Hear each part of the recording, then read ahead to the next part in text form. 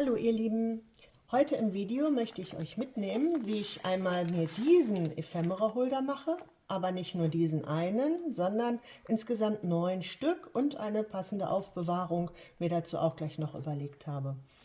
Das ist also wie folgt: Ich habe hier jetzt zum Beispiel Label drin und Ausdrucke auf Reststücken und gekaufte und Tickets und bestempelte und mit Kaffee gefärbte Etiketten und so weiter. Und kommt noch mehr. Also die habe ich alle hier jetzt in so einem Ordner drin. Und wie ich das gemacht habe und warum, erfährst du in diesem Video. Viel Spaß! Der Ausgangspunkt war folgender. Ich habe hier so eine Kiste als Ephemera-Holder quasi benutzt. Das ist mit so Fächern für CDs. Da habe ich nur das Problem, dass hier so ein großer Einschnitt ist. Das heißt, der ganze Kram, der flutscht mir hier auch gerne mal raus. Und wenn ich so kleinere Sachen habe, habe ich die auch immer noch in irgendwelche anderen Tütchen getan. Also das ist so relativ unpraktisch, ne? So, hier habe ich, die sind übrigens alle noch aus meiner Kindheit, so Lackbildchen, selbstgemachte Briefmarken, teilweise gestempelte Geschichten, so auf Streifenresten aus Zeitschriften, ja so, und hier habe ich hinten noch Sticker und sowas, also das habe ich hier drin, ist aber keine optimale Lösung. Dann habe ich hier noch eine Kiste mit Briefmarken in allen verschiedenen Farben, das ist auch keine optimale Lösung, da hätte ich gern was anderes. Dann habe ich hier ja noch die Worte, die ich schon vorbereitet habe. Das muss ich alles noch auch auf Karten kleben und so weiter. Also da habe ich noch ein großes To-Do. Und das möchte ich alles gerne an einem Ort haben. So, und dann habe ich hier noch vorbereitet, das sind ausgeschnittene Bildchen aus dem alten Lexikon. Dann hier vorbereitete Label, Frauenbildchen. Hier so ausgeschnittene Tags noch und hier so Klarsichtfolie, so gedruckte Tags oder so Gebamsel, die man irgendwo so ranhängen kann. Ja, und dadurch, dass das irgendwie, und noch andere Sachen, eine vorbereitete Fokuspunkte und so. Und dadurch, dass das alles an verschiedenen Orten ist, weiß ich teilweise, wenn ich ein Journal dekoriere, gar nicht, wo ich das habe oder dass ich es da jetzt eigentlich auch verwenden könnte. Also das ist ziemlich ungünstig. Deswegen habe ich mir als Lösung überlegt, dass ich das hier benutze. Und zwar habe ich das über Kleinanzeigen. Das ist hier so ein ganzer Stapel nagelneuer Klarsichthüllen. Und zwar sind die, ich weiß nicht, ob es DIN A5 ist, auf jeden Fall sind die wesentlich kleiner als die normalen großen, die man so hat. Und dann dazu, ich glaube, das ist das Logo von Bayern, oder? Das Wappen. Ich bin jetzt nicht aus Bayern, also ich werde das auch noch überkleben. Alle, die aus Bayern kommen und Bayern-Fans mögen mir das verzeihen, aber mir kommt das jetzt hier auf dieses Logo nur wirklich nicht an. So, aber das sind hier auch so eine ganze Menge, auch nagelneuer, so kleiner Mäppchen. Na, das ist wie so früher für die Kontoauszüge. Hier ist noch so eine kleine Einstecktasche, auch ganz praktisch. Hier habe ich schon mal probeweise 10 so Folien eingeheftet und habe mir so überlegt, dass ich da dann die einzelnen Ephemera und was ich so habe, reinsortiere. Und zwar kann ich dann ja jeweils für Briefmarken eins nehmen und für Zeitungsausschnitte eins, sodass ich das schön sortieren kann. Ne? Und da habe ich jetzt aber noch ein Problem. Die Folien, die gehen an dieser Seite auf. Hier oben bei der ersten ist das ja noch kein Problem, aber spätestens hier irgendwo in der Mitte komme ich hier oben nicht mehr gescheit ran. Ne? Da müsste ich dann hier quasi so machen und habe hier das gefriemelt, kann da so schon kaum die Hand reinstecken, das geht hier auch ziemlich tief. Und wenn hier ja noch Sachen drin sind, polstert das ja auch noch mehr auf. Also ich brauche eine Lösung, dass ich die von oben hier reinstecken kann. Deswegen werde ich diese Öffnungen hier mit Tesafilm zukleben und werde dann auf der anderen Seite hier oben, nicht direkt an der Kante, also ich werde es jetzt nicht hier aufschneiden, könnte ich ja auch, sondern der Stabilität wegen werde ich ein kleines, so 1 Zentimeter tiefer, mir einfach einen Schnitt machen, sodass ich dann von hier oben Dinge einlegen kann. Und dann werde ich wahrscheinlich noch das Problem haben, wenn hier dicke Sachen drin sind, dass da wahrscheinlich die Tüte hier so schlackern wird. Ne? Die wird nicht unbedingt in der Form bleiben. Und deswegen werde ich dann zumindest, wenn ich größere, schwerere Sachen reintue, das Papier benutzen, was sich auch ansonsten gar nicht benutze, weil mir das viel zu neu und schön ist für meine Journal. Also das passt einfach nicht zu so einem Shabby-Stil oder so. Also das liegt rum und rum und rum. So, und da werde ich mir dann so einzelne Seiten zuschneiden und hier dann reintun, bevor ich zuklebe am besten. Ja, am besten mache ich das bei allen. Und hier sieht man jetzt auch gut, dass hier die Folie rüber, dass es also kleiner ist als DIN A4, denn das sind ja DIN A4 Blätter. Und dieses Blatt kriege ich ja in die großen Hüllen absolut rein. Das heißt, es ist auch schmaler. Und das ist auch nicht DIN A5, denn dann ich bekomme hier ja mehr als 2 drauf. Ne? Wenn ich hier 2 rauflege, hier unten ist ein Streifen über. Also es ist nicht DIN A5, die sind kleiner. Aber macht ja nichts. So, also nochmal. Am besten mache ich mir ein Muster.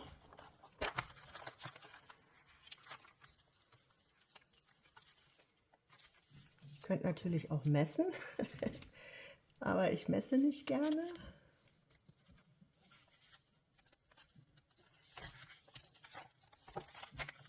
So. Das schneide ich mir mal zu.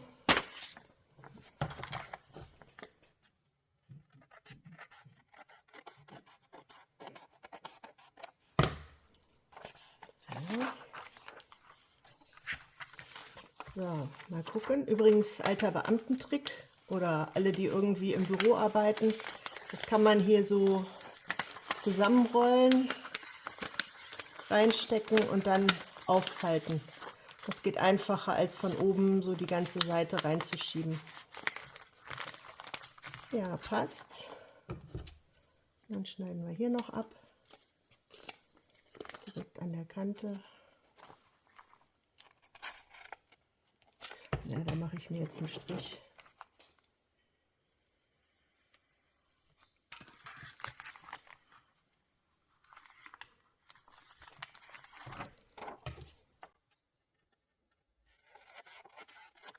Gut, das nehme ich jetzt als Muster und da schneide ich mir jetzt hier verschiedene zu und packe die hier schon mal rein. So, ich habe jetzt mal 10 Stück vorbereitet. Schöner wäre das natürlich, wenn ich jetzt hier kaffeegefärbtes Papier nehmen würde, aber mir geht es jetzt halt auch darum, diese bunten Papiere aufzubrauchen, die ich schon seit Jahren da liegen habe. Grundsätzlich würde ich hier jetzt nichts Gemustertes oder sowas nehmen, weil ich ja die Ephemera, die ich dann da reinstecke, auch sehen möchte. Ne? Ich möchte mir da ja was aussuchen können und so. Und wenn ich jetzt hier hinter noch Blumen und sonst was habe, dann lenkt das ja dann ab, dann kann ich ja nicht richtig was erkennen. Dann fange ich jetzt an und möchte das hier von oben zukleben. Bevor ich das zuklebe, werde ich aber den Schnitt machen. So, ich mache den aber auf der anderen Seite. Also hier ist nochmal, hier ist die Öffnung. Und hier klebe ich mit Tesafilm zu. Wenn ich dann hier oben jetzt den Schnitt mache, ist die Belastung, wenn ich hier reingreife, die ganze Zeit auf dieser Ecke. Das heißt, der Tesafilm wird sich also mit Sicherheit lösen. Deswegen klebe ich hier zu, drehe es um und mache hier dann, wo ja alles soweit stabil ist, hier den Schnitt oben. Und ich mache den auch 1 cm tiefer, damit ich hier reingreifen kann. So, wenn ich jetzt aber natürlich hier zuschneide, schneide ich ja alles durch, ne? Sowohl das Papier als auch die hintere Folie. Deswegen, ich habe praktischerweise so eine kleine Schneidematte. Die lege ich mir hier jetzt rein. So, und werde dann ungefähr so 1 cm vom Rand. Also der ist jetzt ein bisschen schlecht zu erkennen. Der Rand ist ja hier, wo das Blau anfängt. Und dann schneide ich einfach hier. So, und ich sehe zu, dass ich hier nicht in diese Befestigung reinschneide, eher lieber ein bisschen kleiner. Also von hier auch nicht zwingend ganz bis an den Rand, bis hier. Mal gucken, ob es schon auf ist. Ja, wunderbar. So, hier habe ich meine neue Öffnung. Dann kleben wir hier hinten noch zu.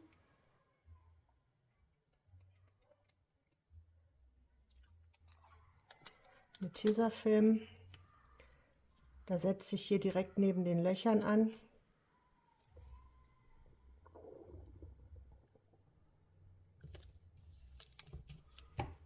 Und schneide hier unten ab.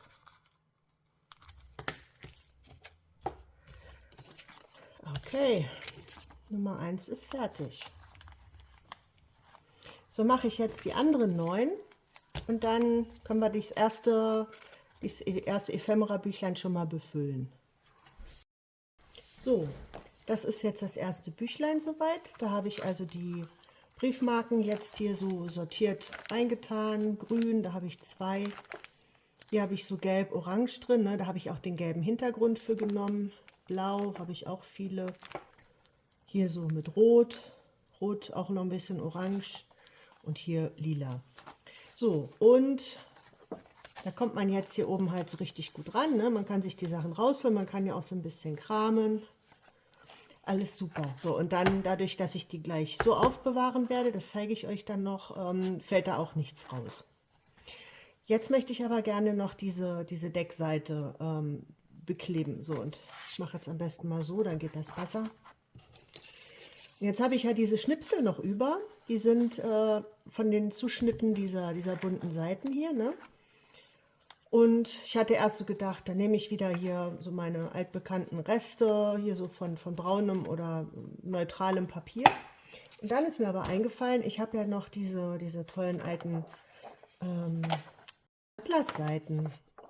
Und wenn ich da jetzt mal gucke, dieses hier, das sind doch genau die Farben, ne? Also ich finde, das passt unheimlich gut zusammen. Demzufolge werde ich jetzt hier diese Seiten nehmen. Also bevor jetzt jemand einen Herzschlag kriegt, das Buch in sich war schon ziemlich zerfallen. Also da habe ich keine Skrupel, jetzt Seiten rauszureißen. Ja.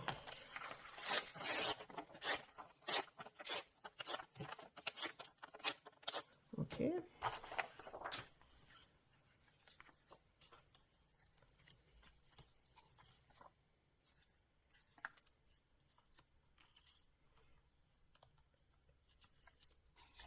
Und dann kann ich ja einfach hier noch so ein bisschen dahinter kollagieren.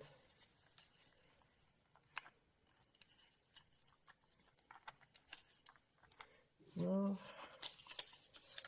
ein bisschen gelb und ein bisschen grün.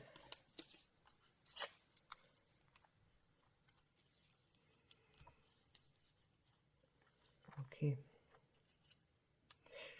Und dann möchte ich gerne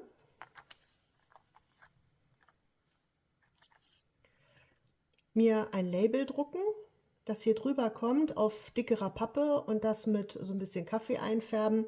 Und da soll dann drauf stehen Briefmarken. Und das gleiche mache ich mir auch noch für die anderen Mappen hier jeweils. Ne? Und da kommt dann hier drauf, weiß ich, Worte. Oder ich glaube, ich mache das auf Englisch. Finde ich schöner. Dann käme hier Sentiments drauf. Hier kommt Stamps drauf. Und auf eins kommt dann Flowers und auf eins kommt Butterflies. Also, ne? Und die werde ich mir unten in einer alten Schriftart auf dem PC raussuchen, werde die Worte schreiben, druck das auf also mindestens 150, ne, lieber 200 bis 300 Gramm Papier. Und das werde ich dann mit Kaffee noch einfärben und das kommt hier dann oben drüber. Ich zeige euch das nochmal. Also hier sind jeweils Collagen drauf mit einem Ausdruck. Ne? Das habe ich also am Computer gedruckt auf so ein bisschen kaffeegefärbtes Papier, habe das am Rand noch ein bisschen distressed und habe die hier jeweils raufgeklebt, ne, was dann drin ist. Ich bin jetzt doch aufs Deutsche umgeschwungen. Ich hatte ja eben gesagt, ich möchte das auf Englisch machen, weil ich das schöner finde. Aber ich habe hier einen, wo ist er, mit Glanzbildern. Und ich habe einfach nicht rausbekommen, was Glanzbilder auf Englisch heißt. Also ich habe so ein dickes, fettes Pons-Lexikon, da stand das nicht drin. Ich habe auch unter Glanzbilder, Lackbilder, Oblaten, Liebesmarken, alle Begriffe, die ich so dafür kenne, durchgeguckt. Ich habe auch online natürlich und habe da keinen gescheiten Begriff für gefunden. Naja, deswegen, ich wollte auch nicht nur ein Wort jetzt auf Deutsch und die anderen auf Englisch, deswegen ist jetzt alles Deutsch. Okay, also habe ich jetzt, ne, nur mal als Beispiel hier, die sind alle noch aus meiner Kindheit, die Dinger. So nach verschiedenen Themen. Ach nee, diese hier sind aus dem Action-Block, aber ich finde, die sehen aus wie Liebesmarken. Und deswegen habe ich die hier auch mit reingemacht. Ja, Was habe ich? Gehen wir noch mal ganz kurz durch. Also ich habe Briefmarken, so sortiert nach verschiedenen Farben. Dann habe ich Tiere allgemein da drin, Label und Co. Also Label, und dann habe ich da drin alles, was ich so an Zahlen hatte, Buchstaben, hier auch aus einem Blog. Also alles, was so Sachen sind, die ich noch mit um den Fokuspunkt rumkleben kann. Schmetterlinge, da habe ich wirklich ein ganzes Ding. Diese weiße, ausgeschnittene, von Designpapier Sticker, so große. Hier mit Servietten beklebte Pappe. Da habe ich einen ganzen Ordner für, nur mit Schmetterlingen. Dann die Glanzbilder hatten wir schon. Ausschnitte aus Magazinen, die habe ich auch so nach Themen sortiert. Hier habe ich eine Seite mit Rahmen. Worte, Sprüche, da sind die Karten drin. Bei denen stört mich wiederum, wenn die so einzeln hier drin rumfliegen. Also hier habe ich kein Problem damit, wenn ich hier so, wenn ich hier so gucke, ne, was habe ich denn da und so, und fisch mir da was raus, stört mich nicht. Bei den Worten stört mich das. Fragt mich nicht, warum. Ist halt so. Ja, und dann Buchseiten, da habe ich jetzt hier keine Farben mit drin. Habe ich hier so einfach drin, aus verschiedenen Büchern sortiert. Eigene Werke, da werden noch mehr reinkommen. Das ist bisher jetzt noch sehr dünn, zeige ich euch auch nicht. Da wollte ich ganz gerne auch ein bisschen mehr malen, ne, und mir die Sachen dann auch kopieren und ausschneiden, so als Fokuspunkt. Ja, das ist das. Jetzt möchte ich den natürlich nicht irgendwie so einzeln hier rumfliegen haben. Deswegen habe ich mir da einen Karton genommen. Ich zeige das nur mal kurz.